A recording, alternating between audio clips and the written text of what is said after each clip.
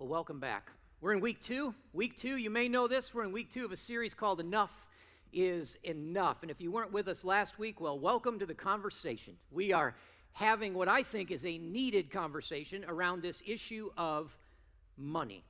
We're talking about money. Now, we're not talking about the church and your money. Some of you have had a bad experience in the past with the church wanting your money. Today is not about asking the church to say, how do we get more of people's money? That's not what it's about. No, this is a discussion about you and your money and me and my money. It's about us and how we handle the resources that we have. And there's no question that money is a big issue in all of our lives. It matters. It affects everything. And I'm looking around the room. I don't care how young you are. This affects everyone in the room. Young, old, single, married, kids, no kids, doesn't matter. You may have no money today. You may have tons of money today. It doesn't matter because whoever you are, wherever you come from, whatever you believe, money is center stage in life.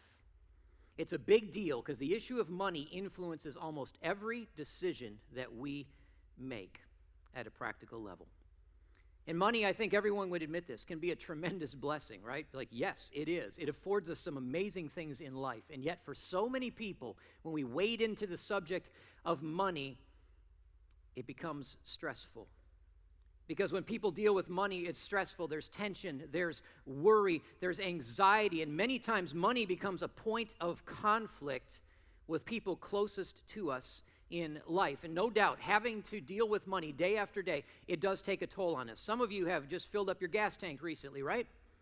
Wow, we've got inflation rates. We know those are going up, right? We've got shifting interest rates. It's tax season. You know, we got the macroeconomics, but then it's the everyday. It's the buying groceries. It's paying rent. It's getting kids the new shoes, cell phone bills, managing car payments, reloading Starbucks cards, right? And a lot of times we have to do this alongside other people, which makes it even more and more complicated. There's no shortage of reasons why people feel stress when it comes to their money. And certainly if there were ways that we could reduce stress when it came to handling money, we'd want to find it. And if there were simply better ways to handle money, everyone's open to hearing about it. And that really is the purpose behind the series today. We want to help you find better ways to not only think about, but actually handle your money. And I said it last week, I'll say it again. I'm not a financial expert. I'm not a paid money manager. As far as any of you know, I'm not an inside stock trader, right? We're waiting to hear what God has to say about finances. That's what we're doing these weeks. God has some really important things to say about your money. And some of you may not believe that. You may be brand new to your faith, or maybe you're not even sure about this faith thing altogether. Maybe you've been away from church for a while and just coming back. The truth is, no matter where you are today in your spiritual journey, God has some insights that will prove to be very valuable in how you handle your finances. The Bible has a lot to say about money management. So let me catch you up quickly. Last week, as we jumped into this subject, it became clear that not all of the challenges that we have when we are addressing money are issues of money management or money mismanagement, for that matter. I actually said that most of our challenges when it comes to money aren't actually about the money. In fact, it's not necessarily about the dollars and cents. It's not about what's in our wallets. It actually is about what's in us. It's about what lives inside of us, in our hearts. Our challenges when it comes to money are about a relationship. It is about how we relate with money. And many times we want to jump to, when we think about handling money in a better way, we start asking questions about management. How do I spend my money? How should I save my money? How should I budget my money? All those kinds of things. Great questions. But the foremost question is actually this one. How do I relate to my money? How do I relate to my money? I think it's the first question. I think it's foremost, because the answer to this question right here is what actually drives people's financial decision making. This is where it begins. Financial principles are important. We're going to get to some of those next week, but today we're going to circle back one more time to this big question: how do I relate to my money? It's been my experience that many times our beliefs, our attitudes, our relationship with money actually gets formed in us at a very early age. And for some of you, that may have been a mom or a dad, or it could be grandparents or other people around you. It might be friends. But a lot of times it's even just influences of the environment we're in or experiences that we have as kids. And I know that was true for me. I don't know what your first paying job was. I remember my first paying job. I started when I was 12 years old, and I was a caddy at a golf course. So I just carry golf clubs around. And the city I lived in had one private country club, which meant kind of anyone who was anyone in that world, right, was at this place. And so week after week, for a period of years, I would carry golf clubs for business owners and vice presidents, lawyers, doctors, all these other what I would consider to be very successful people who had no issue overpaying for a round of golf. And as we would walk around, they would talk about life. And I would listen in. And quite frankly, it's shocking to think what they would say in front of a 12-year-old. Just keep your mouth shut. And they would talk about their lives. They would talk about marriages. They would talk about relationships. But they spent a lot of time talking about money and talking about their business. And over all of those years, from that experience and many other things, there was a theme that emerged. And it kind of set the tone for me in terms of how I related to money when I was younger. And it kind of came down to two words. I remember thinking, boy, the finish line apparently is this thing right here, financial independence. Because what I observed around me were people who seemed to have it figured out when it came to resources, and they had plenty of money to do what they wanted to do when they wanted to do it. In other words, they lived free. I thought that they were financially independent, right? And that sort of became an aspirational goal for me. And so really connected to this big idea of financial independence, I learned something real quick, that more money is a good thing.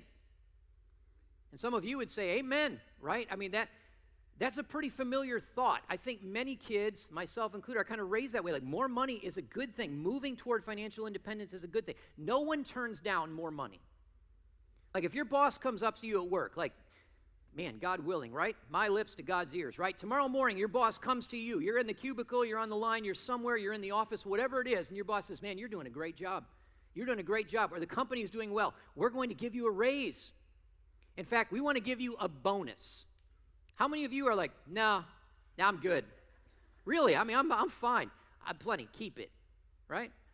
If the government is kind enough to respond to you and say, hey, you get a tax return this year. You overpaid. You get a tax return. How many of you are like, keep it? I mean, just put it in your tip jar. I'm sure you've got good things you could spend our money on, right? Like, no, I will take free coupons. I will take free coupons. I will take free tickets. I will take it. Because more money is a good thing. It feels better. There is a hope that if I just had a little bit more money tomorrow, I would probably be just a little bit better off than I am today. And for most people, when an opportunity comes to get more money in the bank account, they will step forward to take it. Such is the case with a man that Jesus ran into one day. Jesus was out teaching and preaching, and if you know anything about the life of Jesus, you know that was kind of a familiar practice for him. He started as a carpenter, but pretty soon became what we would call a rabbi. And so he would go out and preach and teach, became very popular, and so he had large crowds of people that would gather around him. And one day, Jesus was out and about, and someone in the crowd, while Jesus was teaching, interrupted and said, "Teacher, tell my brother to divide the inheritance with me." Now, in today's world, that would feel like a strange request. I've been doing this for a little while. I've never had anybody in a setting like this especially just interrupt teaching and say, help divide my family assets, right? That doesn't normally happen. But in their day, it was not completely uncommon. The rabbis were teachers, but more than that, they saw them as individuals who would often deal with life issues, settle legal disputes. And in this case, he's talking about this division of an inheritance. And so you would have the brothers in a family, and the brothers in the family would be the ones who divide up the money. And so this man interrupts and he says, basically, help me secure the portion of the inheritance that is most likely rightfully his. And so we're presuming there's nothing shady going on here. This guy's not looking to do something illegal or underhanded in any way. He's just looking for some help. So he says, Jesus, help me. And Jesus says to the man, who appointed me a judge or an arbiter between you? In other words, he did not jump to the man's request. In fact, Jesus then turned and said to them, meaning he stopped this man, but then he looked at the crowd. He looked at the crowd and he said, watch out. Watch out. Be on your guard against all kinds of greed. Life does not consist in an abundance of possessions. And I wonder in that story when that man started to realize things were going a bit sideways.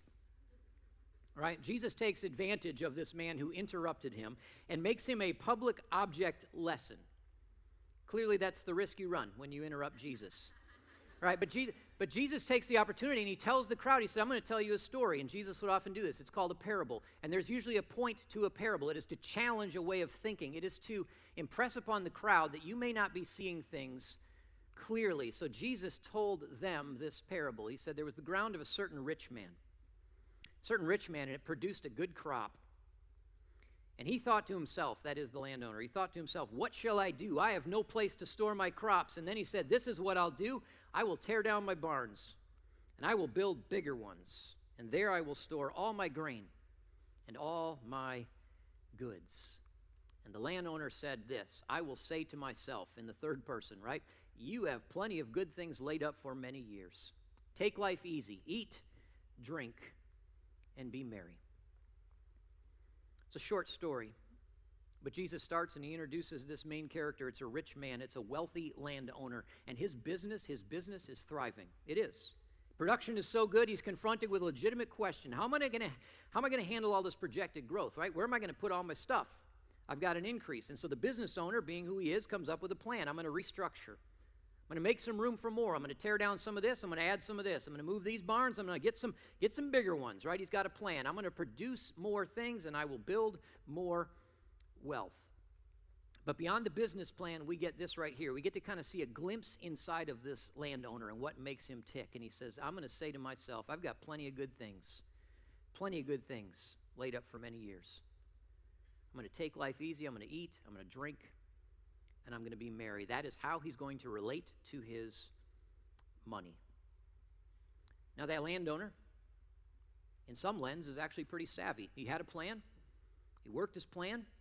And his plan is going to yield what it is he wants to do. He's going to make some choices, and they're going to establish his future, and they're going to put him in that position where money provides what it is he wants. In many ways, the landowner achieved and was going to achieve what I wanted to achieve when I was young. He is the picture of financial independence. He reached the finish line. He reached the goal line, right? It was the hill that he was climbing, and he got there. Financial freedom. And I think if we were able to jump into the story, like if we could just kind of like work our way into the actual story and ask that landowner, tell me about how you relate to your money. I wonder if he would say something like this. Listen, my money is really just the foundational building block of independence. That's what it is. It allows me freedom. My money allows me to be in control. And in some ways, really, the amount of money that he has, he would say, is evidence of his self-sufficiency. He no longer has to be reliant on anyone. And isn't that the heart of financial independence? It really is. It really is when I think about it. It's what we're prompted to desire, this idea of being in financial control. It allows us to be independent, but it allows us to recognize I don't have to rely on someone else. We all enjoy being independent. And when it comes to money, it's good to be in control. Now, I will say this, though. Financial freedom is not a one-size-fits-all concept. In fact, many people, when they think about financial freedom, actually define it differently because money means different things to different people. Over the years, I've had an opportunity to work with a lot of couples before they get married, and so sometimes we'll do pre-marriage counseling, for example, and inevitably we'll talk about this issue of money.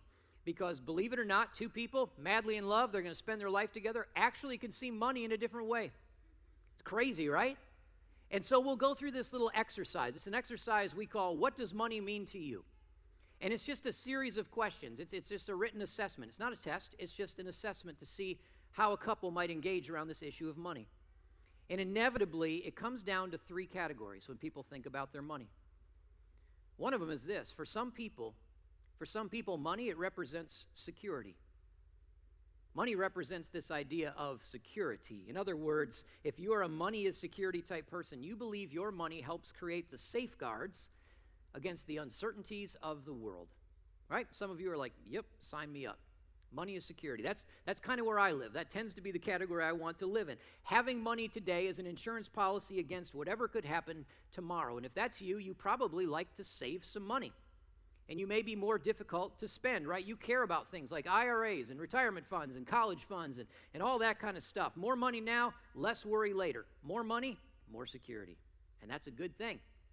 But then there are other people, money is not so much about security. Money is actually about comfort. Money represents comfort. In other words, it could be fun, it could be enjoyment. Money represents or gives me the ability to live life more fully. Opportunities to be happy, to take some adventures, to have some excitement. And if you are a money is comfort kind of person, there is a chance you may save some, but you're more willing to spend it, right? You're more willing to spend it. It might be gadgets that you want to get. It may be vacations. It may be experiences. It may be personal pampering. It could be any number of things. But money being comfort just breaks you out of the doldrums of everyday life, right? And more money, more freedom, more money, more comfort. So we have a lot of people that fall there. A lot of people that fall there. But then there's a third category. For some people, when they think about money, they think about power. That's what they feel. Money is power. Maybe money is status, might be a better way to say it. In other words, money is that thing that actually separates us out from the people around us. And there is sometimes something that feels good to the ego when we get other people to look up to what it is that we have. And for some people, this idea of money is power, is control, but for others, it's just a constant reminder that the more I have, the more successful I am, and the better I feel about how my life is moving. More money is more status. More money is a good thing because it's more power, right? Different people, different representations. Can be security, can be comfort, can be power, but at the end of the day, it's about this right here, financial independence. More money allows us to not have to rely on something else for what it is we want. And we put our hope and we put our trust in money because that's what it provides. And so in many regards, as I read the story, back to the story, I realize I'm not all that different, I don't think, from the landowner. I don't know, maybe you're not either. Again, we asked the landowner, right? He would say money allows freedom. It's an opportunity to be in control. It is the foundation of independence. In many ways, the amount of money we have, it's proof of self-sufficiency. But then we go back to the story, and this is where things get interesting. Because that's not actually the end of the story, and you may know this about parables or stories that Jesus tends to tell. There tends to be a punchline, more like a death blow at the end, that comes in when everybody feels comfortable. They're like, yeah, I like that. I'm good with that. And then he challenges the norm, if you will, and he does it here again. The landowner, he has a very solid game plan. He has a solid game plan. He's going to expand his storage, right? He's going to grow his business, and he believes he's going to have plenty of good things laid up for many years. But God said to that landowner, you fool, this very night, your life will be demanded from you. Then who will get what you have prepared for yourself? And he finished by saying, this is how it will be with anyone who stores up things for himself, herself, but is not rich toward God. See, the landowner sees possessions as evidence and proof that he was independent and self-sufficient and in control of his own future. But in no uncertain terms, God reminds him that that is not actually the case. Jesus, in telling this story to this crowd, cuts right to the point. He exposes a fatal flaw in this man's perspective and many of our perspectives. In the pursuit of financial independence, God exposes the reality that we are actually not independent. You know why? Because we are not self-sufficient. We are not independent because we're not self-sufficient. Our resources are not the source of our security. Our resources are not the source and a guarantee of our comfort, and they're not necessarily evidence of the power that we wield. We are not in charge. We're not in charge. And the landowner thought ultimately that he was in charge. He thought he had earned freedom with the wealth, and he thought that that would guarantee his future, right? And for that, God called him a fool. Called him a fool. Now, the landowner was not a fool because he had money. You need to know that. The landowner was not a fool because he had money. The landowner was not a fool because he worked hard. The landowner was not a fool because he planned for the future. God in this story is not condemning wealth. He's not condemning wealth. He's not advocating for poverty.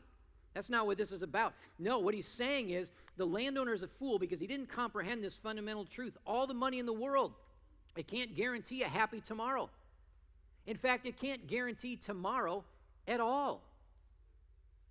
The landowner was a fool. He thought he was in charge. He thought he controlled it all. But in a moment, he was reminded that this idea of, forget financial independence, independence in general is an illusion. We're not in charge. We're not in charge of it all. God is. And make no mistake, and again, I'm glad God is saying this, is not me, but make no mistake, it doesn't matter what you believe in the room, it doesn't matter where you are in your faith journey, the truth is this, no matter how things appear, God has been, He has been, He is currently today, and He will be again tomorrow, the one who controls and upholds your very existence. He just does. God is in control, and what does that mean with our money? What it really means is this: God owns it all.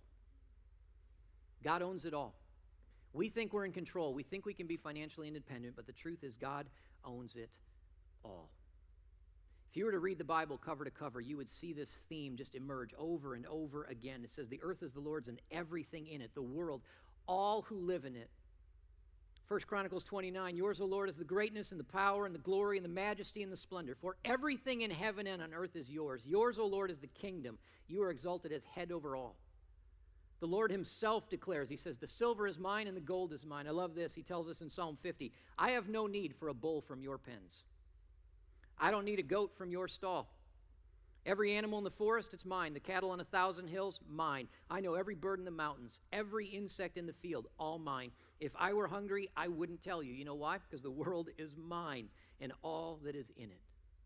You get the idea, right? From every animal to gold to silver to the smallest insect, God says, I oversee it all. I own it all. It's all mine. There's nothing in the world that isn't under God's domain and his ownership. Listen, God called out this landowner for being foolish. Foolish. He may have been very capable, very confident. He was certainly resourced, but he wasn't actually an individual who was in control. That idea of financial independence, it's a mirage, because no matter how it appears, we are not independent. And we don't want to hear this. It's tough to hear in the world that we live in, but we are actually dependent people. We are utterly dependent people. And we have to depend on a God who oversees it all. And it feels like four simple words. God owns it all, right? Four simple words. God owns it all. But I'll tell you what, if we actually believe that, meaning if we believe that in here, if that was how we related to money, the truth is it would radically affect the way that we handle money. Because it would set the tone for the relationship we have with the things that we have. If we really believed that we had to depend on God for everything and that he owned it all, we would recognize that we have a very different role when it comes to our money. We don't often think this way day in and day out, but we often think we own it all. The truth is, if God owns it all and God is our owner, then guess what we are? We're not owners. We're actually managers. We're managers. In other words, you and I are simply managers of whatever good things God puts in our hands. He's the owner and we're the manager. The Bible uses a word called steward. We don't use that often anymore. It feels kind of antiquated, but the truth is we are stewards of what it is that God owns. A steward is someone who manages another person's property, manages another person's finances or affairs in general. It's to be an overseer. It's to protect something considered worth caring for and preserving. That is stewardship. And when it comes to money, we're the managers. We're the managers. And the truth is, that's where we have to have this reorientation. That becomes the shift in thinking. Who owns what? Now, last week, I talked about the Apostle Paul. The Apostle Paul is a New Testament writer, but he's an early church leader, and he talks to this young leader named Timothy, and he does it again around this topic of money, and he actually tells Timothy, command those who are rich in this present world. He just says, command those who are rich in this present world. Don't be arrogant. Don't put your hope in wealth. In other words, don't be so arrogant to think that you're in control, that you get to solely determine your future. Don't let that money become the thing you trust in. Why? Why? Because it's so uncertain. It's so uncertain. But do what? Put your hope in God, who richly provides us. He's the owner. And it says God richly provides us with everything for our enjoyment. You see the shift there, right? You see the shift, right? Putting your hope and trust in God. Why? Because he's the owner provider and he richly provides for us. God is not sitting here trying to hold out on us, right? God is not miserly. It even says that God is the one who provides with everything for our enjoyment. For our enjoyment. He is a great provider, but we are his managers. We're managers and we're stewards. Paul is saying, if you want to start somewhere, you need to make a transfer of ownership. It's really what it is. It's not a written document, but it's in here. It's a transfer of ownership. Don't put your trust in this thing over here that you hold in your hand that you put in your wallet. No, put your trust in the one who actually holds it all. Transfer of ownership. I find in my own life, this is what's true about me. Sometimes I get like partway down that road and I'll say to myself, yes, God, I want your help. God, help me. Please help me manage the things that I own. Seems like a great prayer, right? God, help me manage the things that I own. And really what God is saying is, no, I need to be saying, God, help me better manage the things that you have entrusted to me. Help me manage what you own. If you want to find a better way to handle your money, start here. Relinquish control of your money back to the owner and rightfully take your place as a manager. Listen, money is a difficult and sticky subject. It is. It's tough to talk about because it really pushes against the core of who we are, right? Money is a tremendous source of stress for a lot of people. But again, the challenges around the money, they're not about the money. They're not about the dollars and cents. No, it's all about that relationship. It's all about our personal connection and our attitude and our beliefs around money. It all starts with a question: how do I relate to my money? That is how we handle money in a better way. It determines what we do with it. So as we finish up today, I'm going to challenge you to do something. I want to challenge you to consider this question, truthfully. How do I relate to my money? And so I'm going to prompt you this week to have what I will call a define the relationship conversation. Some of you are familiar with a DTR conversation, right? You've been dating before. Some of you have had bad experiences with the DTR relationship, right? But it's this idea of assessing where things are today to see if they need to change tomorrow. And from time to time, I believe we all need to have this define the relationship moment with our money. So I want to give you a fun way to do this and a practical way to do it. So we're going to hand out some money right now because I realize in today's society we don't have a lot of cash on us. It just makes it easier when we have cash in our hands. So that's going to happen. They're just going to start passing baskets. Just throw them everywhere. It's all good. And just pass them around. Take one. Everybody take $1. We tried to spend out hundreds, but the budget got tight. All right? So just single dollars. This is not life-changing. It's a quarter gallon of gas at this point. Just take one. Everybody, youngest to the oldest. If you're young in the room, please take one. I don't know who the youngest is, but some of you just stick it right in the baby. Just right next to the, right there. This is our retention plan for the next generation. We're going to hand out donut holes and dollar bills.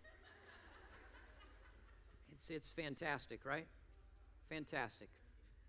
And those are going to work their way around. And as they come, everybody take one. Everybody take one. And as they do that, I want to remind you of something that I said last week, just while they're coming out. Or remind you may not have been here, so I want to remind you of saying this. Money will always compete for a place of dominance in your life. Money wants to dominate your life. And money, if you let it, not only will it be stressful, it will hold you hostage. It will hold you hostage. Money will govern your decision-making. Ultimately, the money in your life will start to control your schedule, and it will always try to jump in front of your relationships. And so the ugly truth about money is if in some ways we don't control it, if we don't address it, it will control us. It will.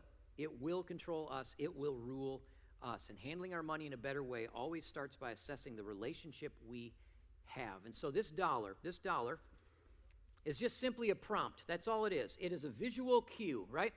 It's a visual cue. So at some point this week, maybe it's today, maybe it's later in the week, maybe you're just driving around in your car and just thinking to yourself, ask yourself some questions. I need to define the relationship I have with this thing right here because this represents so much more. And for everybody in the room, you may have different amounts of this, but you all have plenty of it. And so this represents something to you. And that's the first question. As you look at this, what does it represent to you? What does it represent? As you hold this, as you look at this, is this security for you? Is this security? In other words, is this the thing you look for more and more of to safeguard you from the uncertainties of the world? knowing that if I just had enough of this, I will have an easier, safer tomorrow. Is that what it is? Is money security to you? Is money a form of comfort and fun and enjoyment? It is a thing I look for. It is that thing I want because ultimately it starts to fill holes in my life. It fills voids if I can go and do this or see this or experience this, and money affords me that opportunity. Is it comfort? Is it control? Is it power? Is it the sense of, boy, the more of this I have, the more esteemed I am? And quite frankly, the more of this I have, the better I feel about who I am. Is that what money is to you? What does it represent? But then there's a second question, which is a tough question. You flip it over, right? Don't let George Washington stare at you. He can look at somebody else, right? You flip it over, there's 4 words on the back of there as well. It says, in God we trust. You have to ask yourself, is that true? Is that really true? Who owns what I hold in my hand? It's a big question. Who owns what I hold in my hand? Is this God's, and I'm here to manage it, or am I still holding on to it as an owner and trying to figure out how to spend it? And so we owe ourselves the opportunity to have an honest, define the relationship moment, because if we don't, we may never take the steps that we need to handle money in a better way. We may never be able to break free from its grips in our heart and the way that it wants to control us day after day.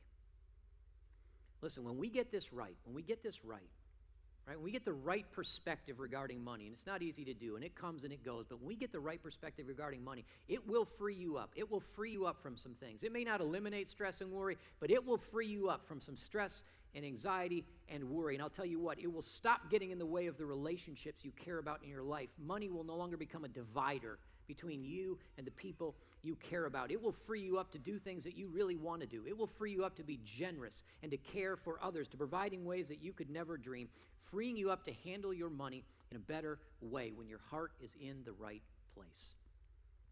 And next week we are going to jump away from this and into how do you handle money? How do we handle it? Because the Bible has a lot to say about that as well. But have that relationship-defining moment this week. Let's pray.